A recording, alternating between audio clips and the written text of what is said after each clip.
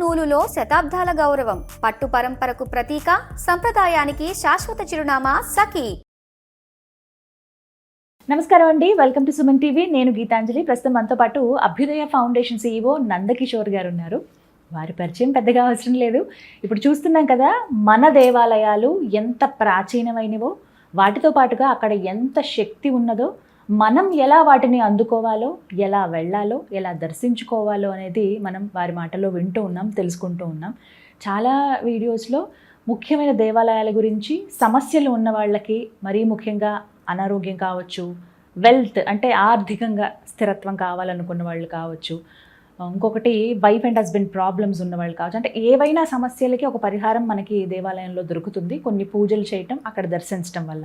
అనారోగ్యంతో బాధపడే వాళ్ళకి మరీ ముఖ్యంగా చెప్పే విషయం ఏంటంటే, వెళ్ళగానే అక్కడ నయమైపోతుందని కాదండి, వైద్యం చేయించుకుంటూ దర్శనానికి వెళ్ళి అక్కడ నైవేద్యం తీసుకుని పూజలు చేస్తే గనక ఒక అవకాశం ఉంది, తగ్గే అవకాశం అనేది ముఖ్యంగా నందకిషోర్ గారు చెప్తున్నారు. మరి ఎందుకు ఈ అవకాశం వదులుకోవడం?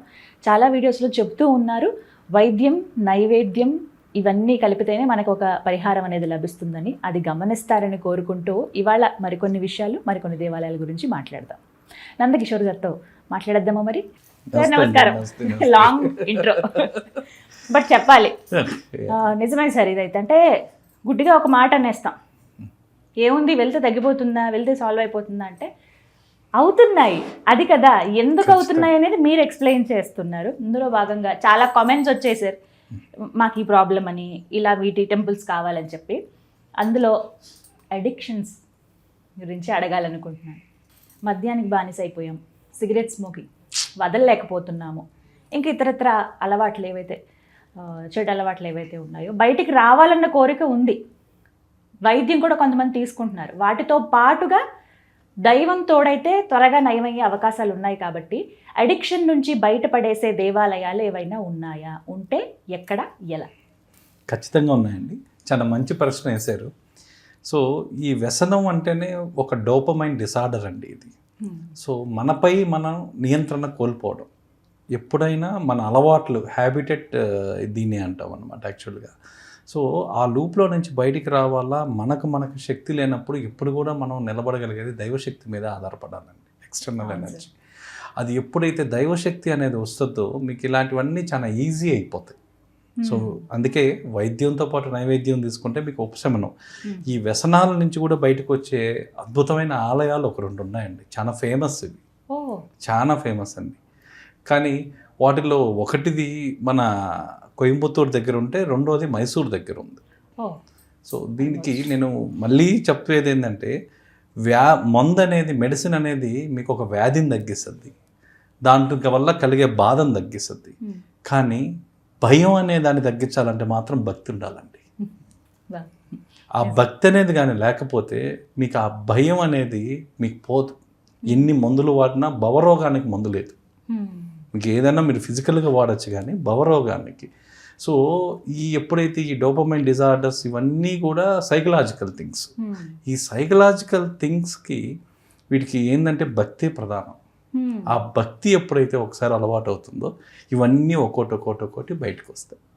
ఒక్కొక్క అలవాట్లో నుంచి కూడా మనం బయటికి రావచ్చు. వాళ్ళకి ఏ చక్రం వీక్ అయితే వాళ్ళు అలవాటుకి లోన్ అవుతారో, ఆ చక్రం పర్టికులర్గా యాక్టివేట్ చేయడం వల్ల, ఆ నాడి యాక్టివేట్ చేయడం వల్ల వాళ్ళు దాంట్లో నుంచి చాలా సులువుగా బయటపడతారు. సో దాంట్లో మొట్టమొదటి ఆలయం వచ్చేసరికి నెరిపురీశ్వర ఆలయం అంటారండి. ఇది కరెక్ట్గా ఈ రోడ్డుకి ఒక 50 కిలోమీటర్స్ దూరంలో ఉంది. సో కోయంబత్తూరుకి ఒక 70 కిలోమీటర్ల దూరంలో ఉంది. ఇది వెల్లకొలై అనే విలేజ్లో ఉందండి. నెరిపురేశ్వరాలో నెర్రి అంటే ఏంటి? నెర్రి అంటే కరిగించడం. అంటే ఏం కరిగిస్తాడంటే ఆ ఈశ్వరుడు మీ చెడు వ్యసనాన్ని కరిగిస్తాడు ఆయన. ఆ నెర్రి అంటే కరిగించడం. దేని కరిగిస్తారంటే మీకున్న చెడు వ్యసనాలని, అలవాట్లని, వీటన్నిటిని కూడా చేస్తారు. సో ఇక్కడ ఇంపార్టెంట్ ఏంటంటే, ఇక్కడ తీర్థం చాలా ఇంపార్టెంట్ అండి. తీర్థం అనేది చాలా ఇంపార్టెంట్. ఈ తీర్థం తీసుకోవడం వల్ల వీళ్ళకి అలవాట్లు, ఆ వ్యసన పరుడు కావడానికి కారణం ఏంటంటే స్వాదిష్టాన చక్రం దెబ్బతిని ఉంటుంది. స్వాదిష్టానం దెబ్బతిన్న వాళ్ళందరూ కూడా వ్యసన పరులు అవుతారు. ఈ స్వాదిష్టానం ఇక్కడికి రాగానే ఆ ఇంబ్యాలెన్సింగ్ ఏదైతే ఉందో అది బ్యాలెన్స్ అవుతుందండి. ఈ గుడిలోకి ఎంటర్ కాగానే ఫస్ట్ గుడిలోకి ఎంటర్ కాగానే మీకు ఫస్ట్ మీకు అయ్యే ట్రీట్మెంట్ ఏదైనా ఉందంటే స్వాదిష్టాన చక్రం యాక్టివేట్ అవుతుంది. యాక్టివేట్ అయిన తర్వాత అక్కడ ఒక తీర్థం ఉంటుందండి. ఆ తీర్థంలో మీరు స్నానం చేయాలి. స్నానం చేసిన తర్వాత నేరుగా స్వామి దగ్గరికి వెళ్ళి అభిషేకం చేయించాలి. అభిషేకం తర్వాత అభిషేకం ఎప్పుడైతే అభిషేకించిన జలం ఏదైతే ఉందో అదే ఒక మెడిసిన్ లాగా పనిచేస్తుంది అక్కడ. ఎందుకంటే అక్కడ ఉండే ఈశ్వరుడు నెరీశ్వరుడు, అంటే దేనైనా నెరేశ్వరుడు అంటే దాన్ని కరిగించేవాడు. దాంట్లో ఉన్న మంత్రం, యంత్రం, ధాతువులు కానీ ఇవన్నీ కూడా ఆ మెడికల్ వాల్యూ ఉండడం వల్ల మీరు ఎప్పుడైతే ఆ తీర్థం సేవిస్తారో ఆ ఫలానా చక్రం ఏదైతే ఇంబ్యాలెన్స్ అయిందో అది కరెక్ట్గా బ్యాలెన్స్లో కూర్చుంటుంది. ఆ తర్వాత ఆ గుడిలో మీరు 16 నిమిషాల నుంచి 20 నిమిషాలు కూర్చోవడం వల్ల మీ మనోచంచలత్వం ఏదైతే ఉందో అది కరెక్ట్గా కూర్చుంటుంది. అటు ఇటు కదలకుండా ప్రశాంతంగా స్వామి మీదకి ధ్యాస కుదరద్ది. ఆ తర్వాత ఏం చేస్తారంటే దీంట్లో అక్కడ ఒక ప్రమాణం చేయించుకుంటారండి. ఆ ప్రమాణం చాలా ఇంపార్టెంట్. సో ఈశ్వరుడు సర్వేశ్వరుడు ముందర మీ దగ్గర ఒక ప్రమాణం తీసుకొని ఆ ప్రమాణం తీసుకున్న తర్వాత మీరు ఇంటికి వచ్చిన తర్వాత 11 రోజులు ఆ విభూది తీర్థం తీసుకోవడం వల్ల అది పర్టికులర్గా ఆ స్వాదిష్టాన చక్రానికి పనిచేసి అది ఆ మనోచంచలత్వాన్ని దాంట్లో ఉన్న దాని బానిసత్వం కూడా అనొచ్చండి. ఆ బానిసత్వం దగ్గర నుంచి బయటికి తీసుకుని వస్తుంది కేవలం ఆ విభూది, ఆ జలం. ఇది ఒక 7వ రోజు నుంచి నేను మారగలను అనే ఒక ఆత్మవిశ్వాసం వస్తుంది. సో ఈ ఆత్మవిశ్వాసం ఏం చేస్తుందంటే ఆ విభూతిలో ఉన్న రెజోనెన్స్ హీలింగ్ అండి. నేను ఫస్ట్ నుంచి చెప్తున్నాను. దీంట్లో విభూతిలో పర్టికులర్గా మీకు ఆ మాత్ర వేసుకుంటే కరెక్ట్గా ఎలా జలుపుకు పనిచేస్తుందో, ఈ మాత్ర వేసుకుంటే మీ ఫీవర్కి ఎలా పనిచేస్తుందో, ఈ విభూతి ఏదైతే ఉందో దీంట్లో ఉన్న కాంపోజిషను కరెక్ట్గా వాటి మీద పనిచేసి వాళ్ళకి ఆ వ్యసనం నుంచి దూరం చేస్తుంది. సో దాన్ని ఏమంటారంటే ప్లేస్బో ప్లస్ బిలీఫ్ ఎఫెక్ట్ అంటారండి దాన్ని యాక్చువల్గా. సో వాళ్ళకి ఏంటంటే అక్కడికి పోగానే ఆ మార్పు, నేను మారగలను అనే ఆత్మవిశ్వాసం ఎప్పుడు వస్తుందో ఇది మళ్ళీ ఇంటికి వెళ్ళి 11 రోజులు ప్రాక్టీస్ చేసిన తర్వాత మీకు ఆటోమేటిక్గా ఈ అలవాట్ల దగ్గర నుంచి దూరం అయిన వాళ్ళు ఉన్నారు. సుమారుగా ఒక 30,000 మంది పైన ఇక్కడ బాగైన వాళ్ళు ఉన్నారండి. ఈ 30,000 మంది. ఆ పక్క ఇంకా ఉంటారు మనకన్నా మన వాళ్ళు తక్కువ, కానీ బాంబే నుంచి అక్కడి నుంచి ఎక్కువ. మరి ఆ పిల్లలు తీసుకొని వచ్చి వాళ్ళు ఆ తర్వాత పేరెంట్స్ తీసుకునే కేరు దాదాపుగా 11 days వాళ్ళ దగ్గర తీర్థ ప్రసాదాలు కూడా మానిపించకుండా తీసుకున్నారు. ఒక మాట సార్, ఇప్పుడు డ్రగ్స్కి చాలా మంది అడిక్ట్ అయిపోతున్నారు, వాళ్ళకి కూడా డ్రగ్స్, డ్రింక్స్ ఈ రెండు దేనివల్ల అంటే మీకు ఆ స్వాదిష్టాన చక్రం దెబ్బతినడం వల్ల వచ్చే అలవాట్లు ఇవన్నీ వ్యసనాలు. వ్యసనం అంటేనే అది. దాన్ని ఇంకా మీరు సైంటిఫిక్గా చెప్పాలంటే అది it's nothing but A dopamine disorder. So అది మీరు మెడిసిన్ తీసుకుంటూనే, వైద్యం తీసుకుంటూనే ఈ నైవేద్యం కానీ యాడ్ అయింది అంటే తొందరగా బయటకు వచ్చేస్తారు. రెండోది, టెంపుల్ అందరూ సజెస్ట్ చేయాలంటే భయపడతారండి. ప్రతి ఒక్కరు భయపడతారు. ఏ టెంపుల్ అండి? అది వచ్చి మైసూర్కి ఒక 30 kilometers దూరంలో చెన్నూరు అని ఉంది. ఆ చెన్నూరులో శనేశ్వర టెంపుల్ అని ఉంది. శని భగవంతుడు ముందర ప్రమాణం చేయాలి. మీకు కనీసం ఇక్కడైనా ఏదో కొంచెం రిలాక్సేషన్ ఉంటుంది, కానీ శివుడి దగ్గరైనా ఒకసారి పోయి మీరు పొరపాటు చేసినా ఏదో ఆయన క్షమించచ్చేమో, కానీ ఒక్కసారి శని భగవంతుడి దగ్గర పోయి మీరు ఆయన క్షేత్రంలో అడుగుపెట్టి ఆయన క్షేత్రంలో ఆయనకు పూజలు చేసి ఆ పూజలు చేసిన తర్వాత మీరు ప్రమాణం, అక్కడ కూడా ప్రమాణం తీసుకుంటారండి. నేను ఈ రోజు నుంచి తాగను అని ప్రమాణం తీసుకుంటారు. ఈ ప్రమాణం తీసుకున్న తర్వాత నుంచి అండి శని భగవంతుడు డైరెక్ట్గా ఆయనే మానిటర్ చేస్తాడు. ఆయన ఒక జడ్జి లాంటోడు. సో మీరు పొలపాటున చేయాలన్న భయపడతారు. ఇక్కడ ఫస్ట్ భయమే. ఇక్కడ ఆచారాల ప్రకారం నల్ల నువ్వులు దానం చేయాలి ఫస్ట్ వెళ్ళిన వాళ్ళు. ఆ తర్వాత నువ్వుల నూనె దీపం వెలిగించాలి. తర్వాత శని మంత్ర జపం వీలైతే చేయాలి. సో ఇవన్నీ చేయడం వల్ల ఏంటంటే మనిషికి ఆ ఇంపల్స్ చేయాలా అనే, తాగాలా, నేను ఉండాలా అనే ఆ ఇంపల్స్, ఆ ఇంటెన్సిటీ అన్నీ తగ్గుతాయి.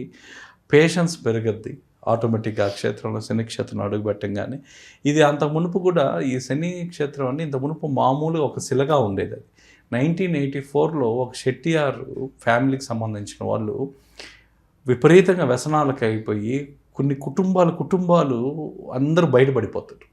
సో వాళ్ళకి ఏం చేయాలో అర్థం కాదు, కానీ ఆ వ్యసనానికి అయిపోయి వాళ్ళ రోడ్ల మీదకి వచ్చేసిన తర్వాత వాళ్ళ లైఫ్ అస్తవ్యస్తం అయిన తర్వాత వాళ్ళకి ఎలా రీసెట్ చేసుకోవాలని అర్థం కానప్పుడు ఈ శని భగవంతుడి దగ్గరికి పోయి వాళ్ళు ప్రార్థన చేసుకుంటారు. అప్పుడు గుడి కూడా లేదండి. చేయంగా ఒక 10వ రోజుకి 11వ రోజుకి చిన్నగా చేంజ్ రావడం అనేది మొదలు పెట్టద్ది. సో అతనే 1984లో ఏం చేస్తారంటే దాన్ని ఒక పెద్ద క్షేత్రంగా కట్టాడండి ఆయన. సో ఈ క్షేత్రంలో అడుగుపెట్టి వాళ్ళు ఆ ప్రమాణం అనేది చేయంగానే ప్రమాణం చేసిన రోజు నుంచి వాళ్ళ కౌంట్ డౌన్ స్టార్ట్ అండి. ఎవరైతే ఇక్కడికి వచ్చి ప్రమాణం చేస్తారో వాళ్ళ కౌంట్ డౌన్ స్టార్ట్.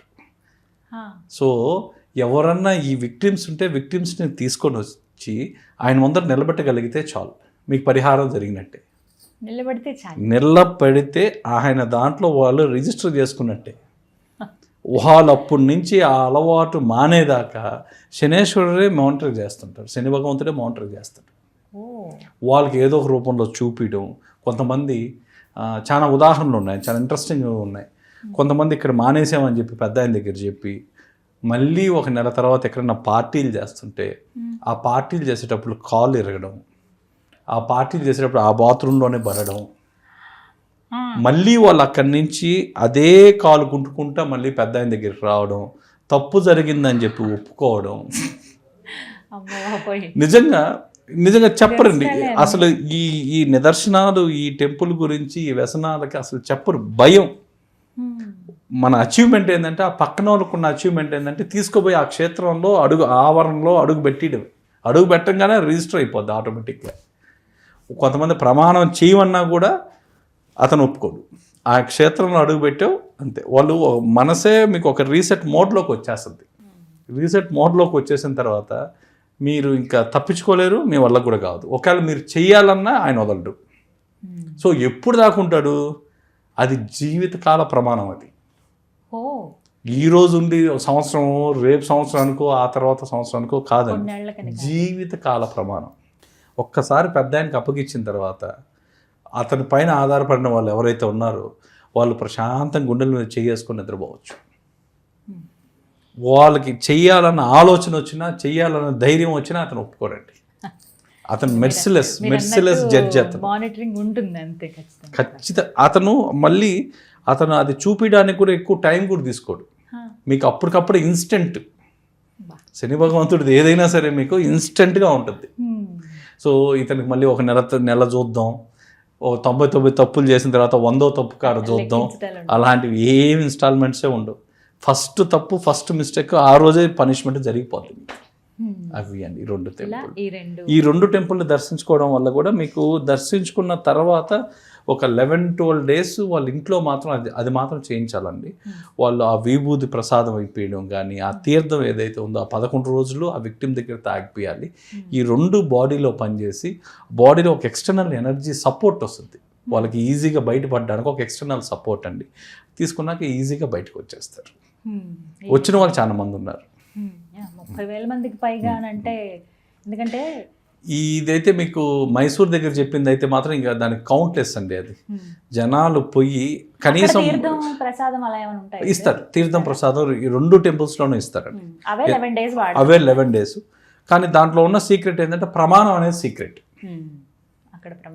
ప్రమాణం చేయడం అనేది మీరు ఒప్పుకొని బయటికి రావడమే, ఒక అగ్రిమెంట్ మీద సంతకం చేసి రావడమే మీరు. ఇంకా దేవుడు కాబట్టి ఆ భక్తి భయం రెండు. ఎందుకంటే ఆ రెండు ఉంటేనే అవి కంట్రోల్ అవుతాయి. లేకపోతే మనకేదో ఇక్కడ మనల్ని ఎస్కేప్ చేయొచ్చు కానీ వాళ్ళ దగ్గర నుంచి ఎస్కేప్ కాలేరు కదా వాళ్ళు.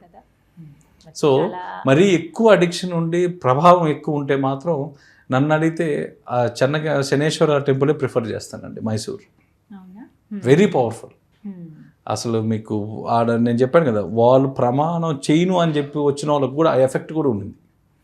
అక్కడికి వస్తే వాళ్ళ భయం ఏంది, అక్కడ దాకా వస్తారు, వచ్చిన తర్వాత నేను ప్రమాణం చేయమంటారు. సో అలాంటి వాళ్ళకి కూడా రిజిస్టర్ చేసేసుకొని వాళ్ళ కేసులు కూడా రిజిస్టర్ అయిపోయి వాళ్ళకు కూడా దాదాపుగా ఒక 3 to 6 months లోపల మీరు మ్యాసివ్ చేంజ్ చూస్తారండి. ఇదే చాలా మంది కోరుకునేది, చాలా మోస్ట్ రిక్వెస్టెడ్ ఇది కామెంట్. అందులో భాగంగా చెప్పారు. ఒకటి కోయంబత్తూర్, ఇంకొకటి Mysore. Mysore. Thank you sir. నమస్కారం.